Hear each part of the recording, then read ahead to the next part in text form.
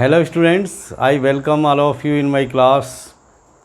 आज की क्लास के अंदर हम कक्षा 10 के सप्लीमेंट्री के पेपर को सॉल्व करेंगे। और ये हमारा जो सॉल्व करने का जो सिलसिला है वो लास्ट वीडियो से हमने शुरू किया है और इस पेपर के सॉल्यूशन का ये दूसरा वीडियो है। इस वीडियो के अंदर हम आज सेक्शन सी में जो ग्रामर वाला जो भाग आया था उसे हम हल करेंगे, उसे सॉल्व करेंगे। तो आइए मेरे साथ। और फिर आप घबराते क्यों हो, मैं हूं ना आपके साथ। आपको बिल्कुल कतई चिंता करने की ज़रूरत नहीं है। आप मेरी कक्षा से जुड़ गए हैं तो you just be happy and cast your all worries upon मी।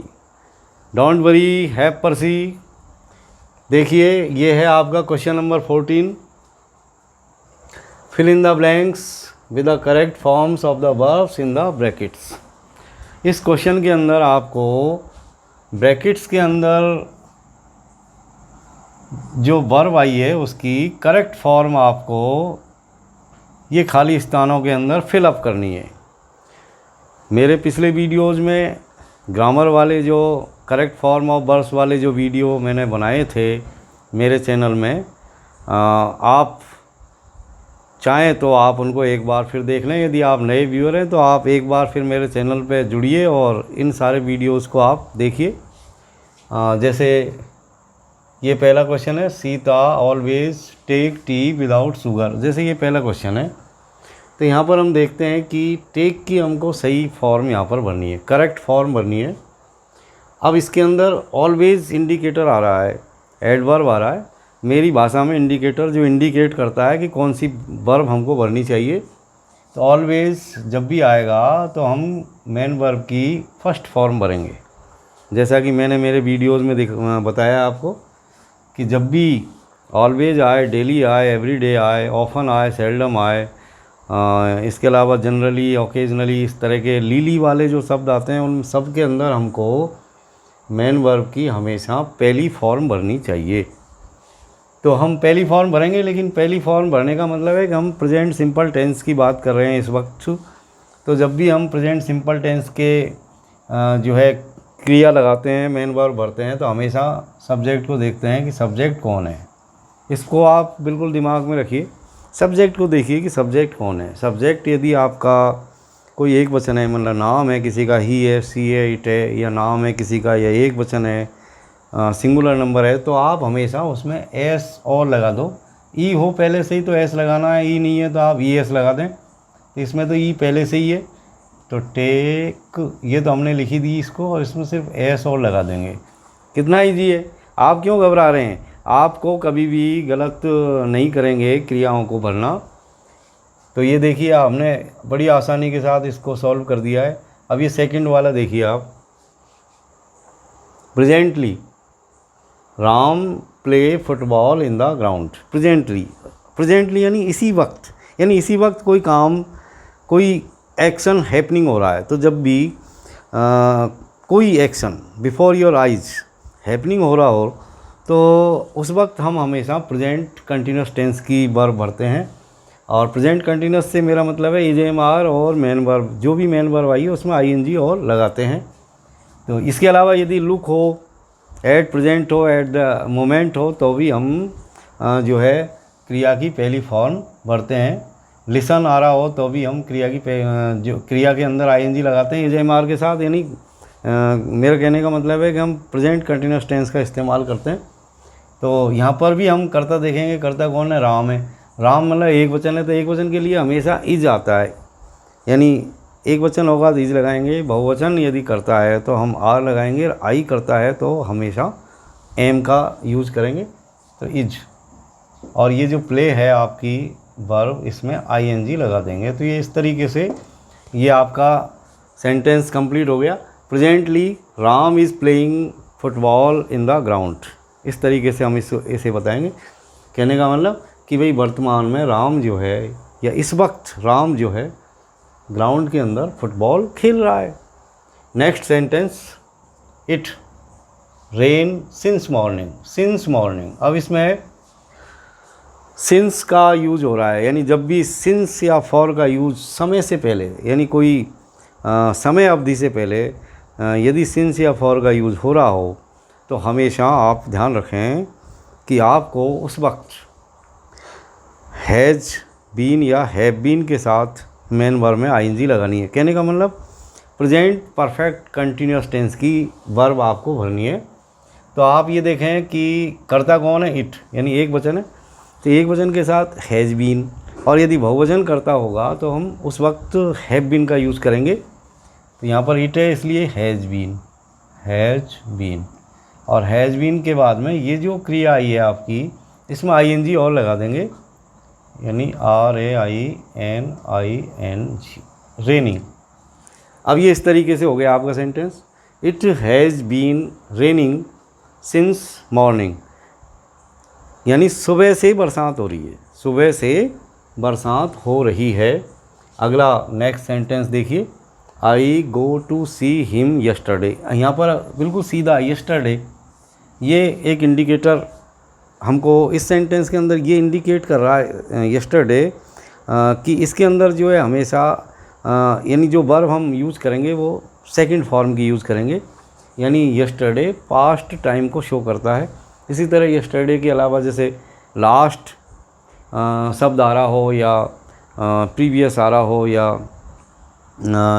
कोई इस तरह के सन, यानी कोई सन आ रहा हो जैसे भाई 2015, इस तरह कोई टाइम आ रहा हो और जो इंडिकेट कर रहा हो कि कोई जो एक्शन है वो पास्ट टाइम में हैपन हुआ था, तो हमेशा हम क्रिया की सेकंड फॉर्म भरते हैं। तो यहाँ पर हम गो की सेकंड फॉर्म भर देंगे, यानी वेंट, WENT। तो I went to see him yesterday, यानी मैं उसे देखने कल गया था। I went to see him yesterday. तो यस्टरडे जब भी आए, डियर स्टूडेंट्स, एगो जब भी आए, प्रीवियस आए, तो आप हमेशा मेन वर्ब की सेकंड फॉर्म भरिए। इसी तरीके से next sentence, Mukesh play in the garden when Ram came. यहाँ थोड़ा सा टिपिकल सेंटेंस है ये। यहाँ पर क्या है कि ये व्हेन से दो सेंटेंस जुड़े हुए हैं। यहाँ पर ये राम केम, ये अलग यूनिट है और ये अलग यूनिट है, Mukesh play in the garden, यानी दो काम यहाँ पर हो रहे हैं। और एक काम का हमको पता चल रहा है कि भाई राम केम, यानी राम आया, यानी जब राम आया, कहने का मतलब पास्ट टाइम ही है यहाँ पर, यानी पास्ट में ही दो एक्शन पूरे हुए हैं, लेकिन एक एक्शन पहले पूरा हो रहा है या एक एक्शन गोइंग ऑन हो रहा है। तो यहाँ पर जैसे मुकेश क्या कर रहा है, Mukesh play in the garden when Ram came, यानी जब राम आया तो मुकेश उस वक्त क्या कर रहा था, मुकेश उस वक्त गार्डन के अंदर खेल रहा था। तो मुकेश वाज प्लेइंग, तो मुकेश वाज प्लेइंग, यानी ये पास्ट कंटिन्यूस टेंस को यहाँ पर शो करता है।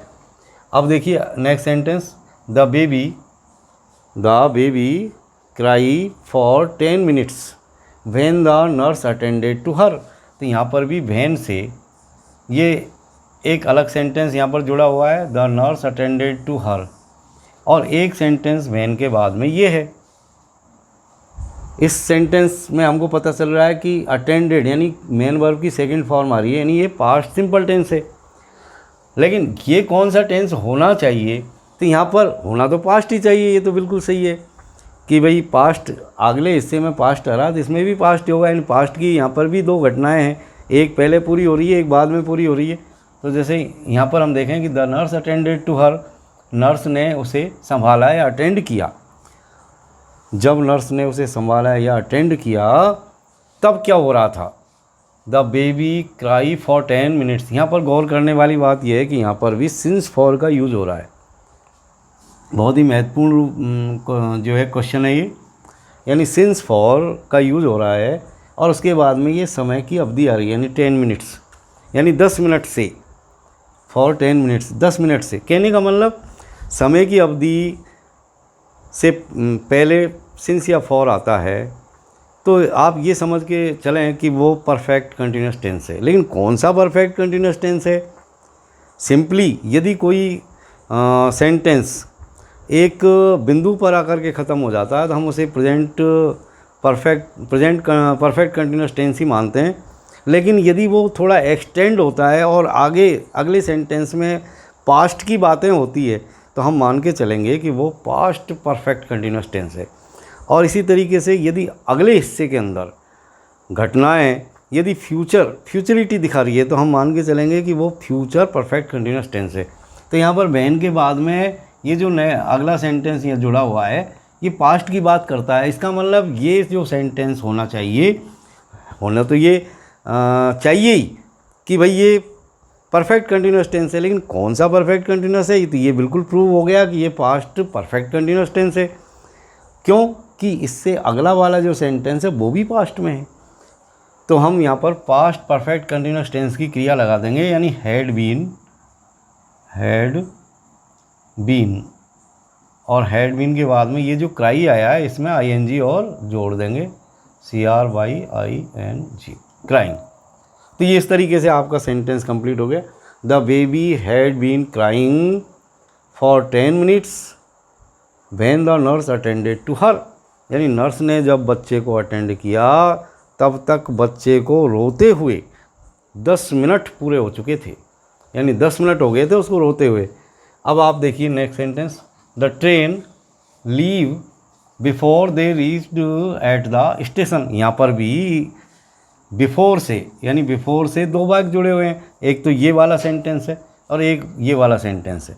They reached at the station, यानी यहाँ पर क्रिया की सेकंड फॉर्म आ रही है।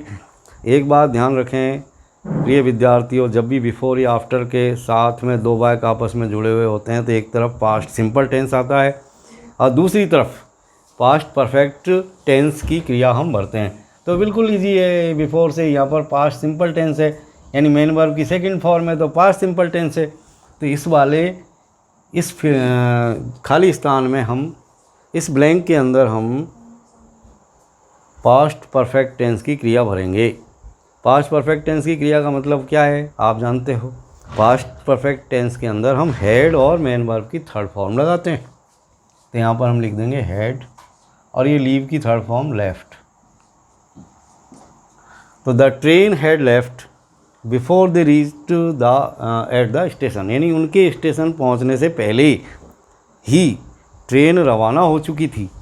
अब देखिए next sentence, water boil at 100 degree Celsius.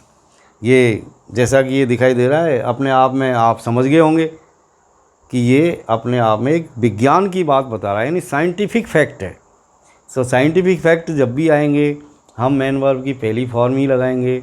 जब भी कोई यूनिवर्सल ट्रूथ आएगा तो भी हम मेन वर्ब की पहली फॉर्म लगाएंगे। यदि कोई मॉडल वर्ब आती है तो भी हम मेन वर्ब की पहली फॉर्म का इस्तेमाल करते हैं।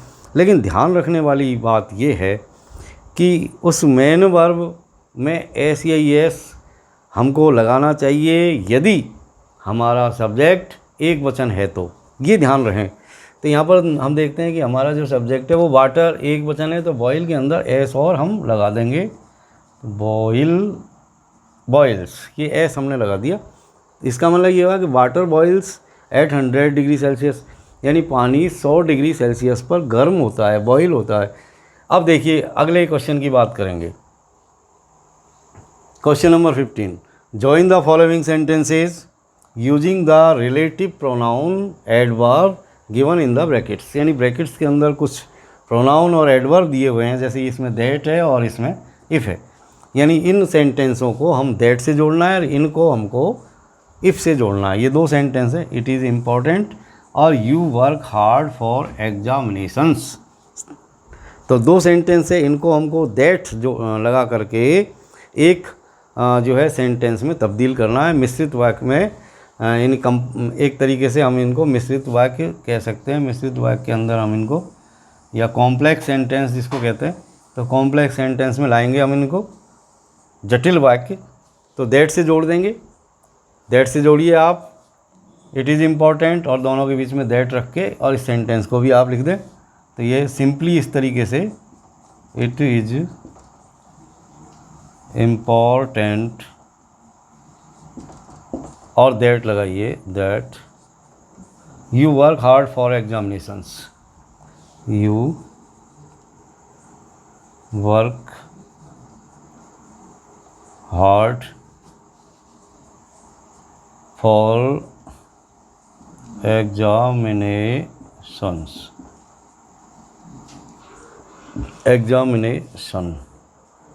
ये देखिए आप, it is important that you work hard for examinations. ये बहुत ही इम्पॉर्टेंट है कि तुम एग्जामिनेशंस के लिए हार्ड वर्क करते हो।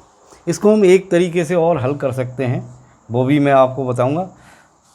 जैसे अब चूँकि जैसे ये जो सेंटेंस है, you work hard for examinations, तो इसमें हम चाहें तो इसको इस तरीके से भी लिख सकते हैं कि that you work hard for examinations is important. यानी इसको हम एक तरीके से नाउन क्लॉज के रूप में इस्तेमाल कर सकते हैं, और ये बाकी का जो हिस्सा है वो इसका बचा हुआ हिस्सा मान लेंगे, प्रेडिकेट मान लेंगे। यानी ये अपने आप में पूरा सेंटेंस एक जो है सब्जेक्ट की तरह काम करने लगेगा, और ये जो हिस्सा है इसको हम कॉमिट करके सिर्फ इतना लिख देंगे इज़ इम्पॉर्टेंट, और ये इसका जो है प्रेडिकेट बन जाएगा। यानी that you work hard for examinations is important, कि तुम एग्जामिनेशंस के लिए वर्क हार्ड करते हो वो इम्पॉर्टेंट है।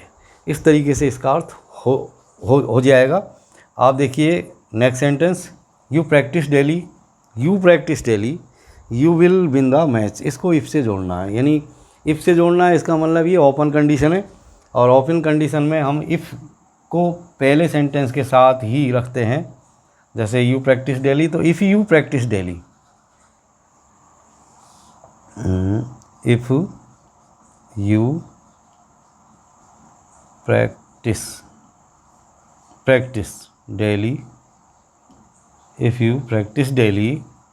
अगला सेंटेंस लिख दो, you will win the match. तो ये इस तरीके से हो गया dear students, if you practise daily you will win the match, कि यदि तुम डेली प्रैक्टिस करोगे तो तुम मैच जीत जाओगे। यहाँ पर अर्थ हमेशा भविष्य में ही होता है, यानी फ्यूचर में ही अर्थ बोलेगा हिंदी में, चाहे यहाँ पर क्रिया प्रेजेंट सिंपल की है, यानी क्रिया की पहली फॉर्म है। यानी इसको हम इस तरह नहीं कह सकते कि इफ़ यू प्रैक्टिस डेली, कि यदि तुम डेली प्रैक्टिस करते हो तो you will win the match, तो तुम मैच जीतोगे। बल्कि इस तरह बोला जाएगा, if you practise daily you will win the match, कि यदि तुम डेली प्रैक्टिस करोगे तो तुम मैच जीत जाओगे। ओपन कंडीशन के अंदर एक तरफ प्रेजेंट सिंपल टेंस की क्रिया आती है इफ़ क्लॉज के अंदर, यानी कंडीशन क्लॉज के अंदर, और रिजल्ट क्लॉज में हमेशा शैल विल का यूज किया जाता है, या कोई भी मॉडल का यूज़ किया जाता है। अब देखिए next question 16, change the following sentences into passive voice. आपको ये जो सेंटेंस है इनको पैसिव वॉइस में चेंज करना है। पैसिव वॉइस में चेंज करने के बहुत ही आसान नियम है। मैंने मेरे चैनल के अंदर पैसिव वॉइस के बहुत सारे वीडियो क्रिएट किए हैं, आप चाहें तो उनको देख सकते हैं। स्टडी टाइम टाइप कीजिए, यूट्यूब पे जाइए और मेरे चैनल से जुड़िए, सब्सक्राइब कीजिए, और वहाँ आपको बहुत सारी लिस्ट देखने को मिलेगी। सारे ग्रामर के वीडियो वहाँ पर अपलोड हैं। तो जैसे ये देखिए आप, Ramesh helped Suresh in his studies. तो जब भी हम किसी सेंटेंस को एक्टिव से पैसिव में लाते हैं तो कुछ बेसिक रूल्स का फॉलो करते हैं। यानी जैसे सब्जेक्ट को ऑब्जेक्ट बनाते हैं बाई लगा करके, और ऑब्जेक्ट को सब्जेक्ट बना देते हैं, और जो भी टेंस उस सेंटेंस का है उसकी हेल्पिंग वर्ब लिखते हैं, और जो भी मेन वर्ब उसमें अकर हुई है उसकी हम थर्ड फॉर्म लगाते हैं। तो Ramesh helped Suresh in his studies. तो यहाँ पर देखिए रमेश सब्जेक्ट है, ये मेन वर्ब है, और सुरेश इसका ऑब्जेक्ट है। ये आपका प्रीपोजिशनल फ्रेज यहाँ पर आया है। तो हम इसको जब हल करेंगे तो सुरेश को पहले लाइए, यानी ऑब्जेक्ट है, इसको आप सब्जेक्ट बनाइए। तो सुरेश, अब देखिए आप यहाँ पर मेन वर्ब की सेकंड फॉर्म आ रही है, इसका मतलब पास्ट टेंस है। तो पास्ट टेंस की हेल्पिंग वर्ब यूज़ करेंगे, यानी वाज या वर। एक वचन सब्जेक्ट हो तो वाज, और बहुवचन हो तो वर लगाते हैं। तो हम, ये सुरेश है तो सुरेश के लिए वाज। और अब मेन वर्ब की थर्ड फॉर्म जो हेल्प्ड, यानी थर्ड फॉर्म भी यही है इसकी। हेल्प, हेल्प्ड, हेल्प्ड, और सुरेश वाज हेल्प्ड और बाई लगा करके हम सब्जेक्ट लिखेंगे रमेश, रमेश, और ये जो आपका प्रीपोजिशनल फ्रेज यहाँ पर है इसको आगे हम लिख देंगे इन हिज स्टडीज।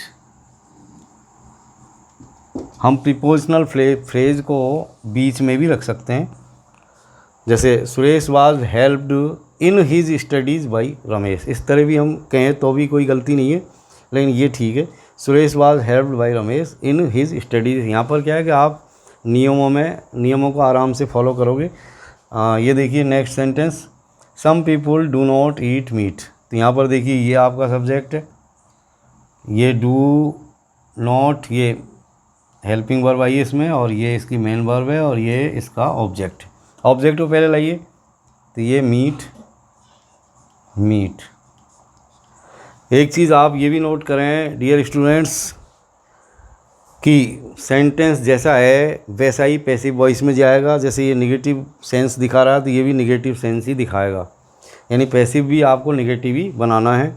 तो मीट, अब ये जो डू नॉट आया इसकी जगह डू नॉट आया, इसका मतलब ये प्रेजेंट टेंस का वाक्य है, और प्रेजेंट टेंस का है तो हमको प्रेजेंट टेंस की हेल्पिंग वर्ब काम में लेनी पड़ेगी, यानी इज, और इसके साथ में हम निगेटिव सेंस के लिए नॉट और यहाँ पर लगाएंगे।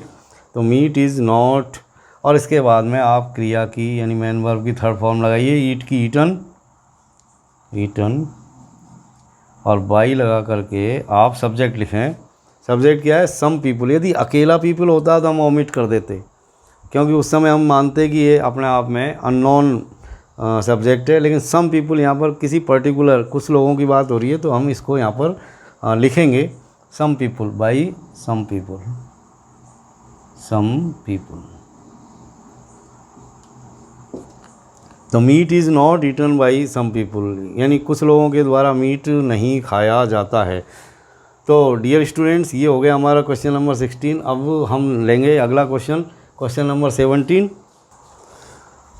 यस वेल स्टूडेंट्स, तो ये है हमारा 17 question. Question number 17, rewrite the following sentences by changing them into indirect speech. यानी ये कुछ सेंटेंस है जो डायरेक्ट स्पीच के अंदर है, इनको हमको इनडायरेक्ट स्पीच के अंदर बदलना है। डायरेक्ट स्पीच और इनडायरेक्ट स्पीच के सेंटेंसों में हमको क्या क्या परिवर्तन करने पड़ते हैं, किन किन नियमों का पालन करना पड़ता है, ये सब देखने के लिए आप मेरे चैनल पर आइए और मेरे वीडियोस वहाँ पर देखिए डायरेक्ट नरेशन के अंतर्गत। तो जैसे ये पहला सेंटेंस है, the teacher said the earth moves round the sun. जैसे ये पहला सेंटेंस है, the teacher said the earth moves round the sun. Teacher ने कहा कि पृथ्वी मूव्स राउंड द सन, यानी सूर्य के चारों ओर घूमती है। तो ये अपने आप में यूनिवर्सल ट्रूथ है।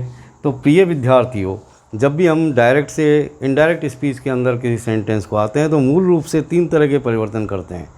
पहला टेंस संबंधी परिवर्तन, दूसरा एडवर्ब संबंधी परिवर्तन, और तीसरा प्रोनाउन संबंधी परिवर्तन। लेकिन जब भी कोई सेंटेंस के अंदर कोई यूनिवर्सल ट्रूथ आए तो हम उसमें टेंस संबंधी परिवर्तन नहीं करते, तो हम इसको एज इट इज़ लिख देंगे। इतना तो आपके बोर्ड में लिखा हुआ आता है, बोर्ड की परीक्षाओं में, यानी आधा आपको हल कर दिया जाता है। जैसे ये सेंटेंस है, इतना तो आपके लिए लिख दिया। अब आपको सिर्फ करना क्या है, एक तो कनेक्टिव लगाना है, और आगे जो भी आपका सेंटेंस है उसके अंदर जो है जो भी परिवर्तन करने हैं वो आपको परिवर्तन करके यानी चेंज करके उनको लिखना है। तो जैसे साधारण वाक्य जो होते हैं, जो सिंपल सेंटेंस होते हैं, उनमें हम कनेक्टिव दैट लगाते हैं। तो ये सिंपल सेंटेंस है, यहाँ पर हमने कनेक्टिव दैट लगा दिया ये। अब चूँकि ये जो सेंटेंस है ये अपने आप में एक यूनिवर्सल ट्रूथ है, तो यहाँ पर हम किसी तरह का कोई चेंज नहीं करेंगे, इसको एज इट इज़ उतार देंगे। तो आप ध्यान रखें, जब भी डायरेक्ट से इनडायरेक्ट स्पीच के अंदर किसी सेंटेंस को लाना है, यदि उसके अंदर कोई साइंटिफिक फैक्ट आ रहा है या कोई यूनिवर्सल ट्रूथ आ रही है, तो आपको उसको उसमें कोई छेड़छाड़ नहीं करनी, एज इट इज़ उसे उतार देना है। तो द अर्थ मूव्स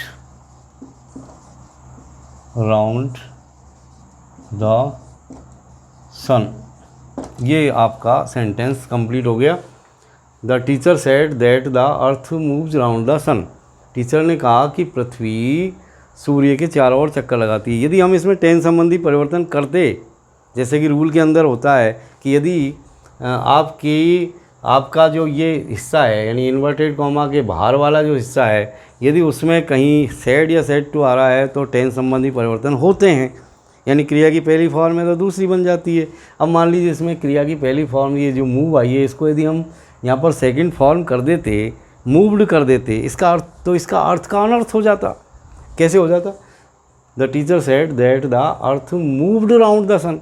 तो अर्थ ये निकलता कि टीचर ने कहा कि पृथ्वी सूर्य के चारों ओर चक्कर लगाती थी। इसका मतलब अब नहीं लगाती, जो बिल्कुल गलत बात है। तो इस तरीके से जो यूनिवर्सल ट्रूथ होते हैं उसमें हम टेंस संबंधी परिवर्तन नहीं करते। अब देखिए next sentence, she said to me. She said to me यानी उसने मुझसे कहा, do you play football in the evening. अब इसमें देखिए आप क्वेश्चन मार्क लगा हुआ है, इसका मतलब प्रश्नवाचक वाक्य है। तो जब भी कोई प्रश्नवाचक वाक्य होता है और जब हम उसको हल करते हैं, सॉल्व करते हैं, यानी डायरेक्ट से इनडायरेक्ट में लाते हैं, तो प्रिय विद्यार्थियों दो चीज़ों का ध्यान रखें, एक तो कनेक्टिव का, और ये दूसरी चीज़ ये कि वाक्य के अंदर कर्ता पहले क्रिया बाद में। यानी मेरा कहने का मतलब ये है कि डायरेक्ट स्पीच में सेंटेंस चाहे किसी भी नेचर का हो, लेकिन जब वो इनडायरेक्ट में आता है तो हमेशा सिंपल सेंटेंस बन जाता है। और सिंपल सेंटेंस का मतलब है कि कर्ता पहले क्रिया बाद में। तो यही हम यहाँ पर फॉलो करेंगे। तो एक चीज़ तो ये है कि कनेक्टिव क्या लगाएं, जब भी इंटरोगेटिव सेंटेंस हो यानी प्रश्नवाचक वाक्य हो, तो हम देखेंगे कि ये सेंटेंस यदि WH वर्ड से शुरू हो रहा है तो उसमें WH वर्ड ही कनेक्टिव लगाना है। यदि सेंटेंस हेल्पिंग वर्ब से शुरू हो रहा है तो उसमें इफ़ या वेदर आपको कनेक्टिव लगाना है। तो यहाँ पर WH वर्ड से तो शुरू हो नहीं रहा है, ये डू से शुरू हो रहा है, ये हेल्पिंग वर्ब है। तो हम यहाँ पर जो है इफ़ या वेदर में से कोई एक चीज़ ले लेंगे, एक कनेक्टिव यहाँ पर लगा देंगे। इतना तो ये आपको सॉल्व किया हुआ मिल ही गया है। अब कनेक्टिव लगाना है आपको इफ़, यानी आपका जब भी कोई इंटरोगेटिव सेंटेंस आए और यदि वो हेल्पिंग वर्ब से शुरू होता है तो आपको इफ़ कनेक्टिव लगाना है। अब आप इसमें कर्ता देखिए, कर्ता कौन है? यू। अब यू क्या है? सेकंड पर्सन का प्रोनाउन है, और आप जानते हो कि सेकंड पर्सन के प्रोनाउन और जो है ऑब्जेक्ट के अनुसार चेंज होते हैं। तो ये आपका ऑब्जेक्ट मी है। तो हम क्या करें यहाँ पर? सोचिए क्या लिखेंगे यहाँ पर? भाई यू को हमको इस ऑब्जेक्ट के अनुसार चेंज करना है और ये ऑब्जेक्ट है मी, तो आप क्या लिखेंगे? मी लिख दिया आपने। तो इसका मतलब है कि आपने गलत कर दिया। आपको मी नहीं लिखना है, आपको ये ध्यान रखना है कि ये जो आपका प्रोनाउन है वो कौन सी फॉर्म में है, यानी वो जो है नॉमिनेटिव है, ऑब्जेक्टिव है या पजेसिव है। तो आप देखिए कि जब भी कोई प्रोनाउन सब्जेक्ट की जगह पर आता है तो वो नॉमिनेटिव फॉर्म होता है। तो यहाँ पर मी की भी नॉमिनेटिव फॉर्म जो है हम लेंगे और वो आई होती है, तो हम यहाँ पर आई लिखेंगे, आई। इसके अलावा आप टेंस संबंधी परिवर्तन भी इसमें हम करेंगे। आप देख रहे हैं कि इसमें do you play football in the evening, तो ये प्ले यानी क्रिया की पहली फॉर्म यहाँ पर आई है।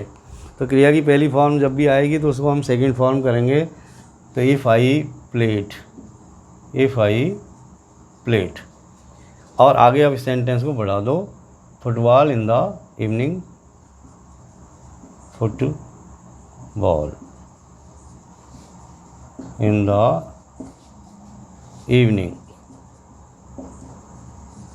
और ये फुल स्टॉप लगा दिए। फुल स्टॉप का मतलब है कि अब ये सिंपल सेंटेंस बन गया है। She asked me if I played football in the evening. उसने मुझसे पूछा कि क्या मैं शाम को फुटबॉल खेलता था। अब देखिए आगे अगला क्वेश्चन, सी सेड, उसने कहा my father is a doctor, मेरे पिताजी एक डॉक्टर हैं। इतना तो उन्होंने लिख ही दिया। आप यहाँ पर देख रहे हैं कि बिल्कुल सिंपल सेंटेंस है, फुल स्टॉप आ रहा है, किसी तरह का कोई क्वेश्चन मार्क नहीं है, एक्सक्लेमेशन मार्क नहीं है। इसका मतलब सिंपल सेंटेंस है। ये सेंटेंस अपने आप में इम्पेरेटिव भी नहीं है, क्योंकि ये किसी जो है मेन वर्ब से शुरू नहीं हो रहा। यानी जब भी कोई सेंटेंस मेन वर्ब से शुरू हो या जो है प्लीज़ या काइंडली उसमें प्रारंभ में आ रहे हों या डोंट आ रहा हो, तो हम मानते हैं कि वो इम्पेरेटिव सेंटेंस होता है। लेकिन ये सीधा जो है माई फादर इसका सब्जेक्ट है और ये अपने आप में जो है सिंपल सेंटेंस है। तो सिंपल सेंटेंस है तो हम कनेक्टिव दैट लगाएंगे। सिंपल सेंटेंस जो होते हैं उनमें कनेक्टिव दैट लगता है। अब यहाँ पर भी बात वही है, यानी माई फर्स्ट पर्सन का प्रोनाउन है तो इसको हम कर्ता के अनुसार चेंज करेंगे, रिपोर्टिंग वर्ब की कर्ता के अनुसार। कर्ता कौन है? सी। तो यहाँ पर माई कौन सी फॉर्म है? आप देखिए माई जो है आई माई यानी पजेसिव फॉर्म है, तो हम सी की भी पजेसिव फॉर्म ही यहाँ पर लिखेंगे, यानी हर लिखेंगे। तो ये हर और फादर। अब ये क्रिया की पहली इज आया, इज एम आर हो तो वाज पर हम कर देते हैं वाज ए डॉक्टर। ये इस तरीके से आपने इसको सॉल्व कर दिया। She said that her father was a doctor. उसने कहा कि उसके पिताजी एक डॉक्टर थे। तो इस वीडियो के अंदर आज हम इतनी बात करेंगे। अगले वीडियो में फिर मिलेंगे, दोबारा इसी टॉपिक को आगे बढ़ाएंगे। तब तक के लिए keep watching my videos. Thank you all of you.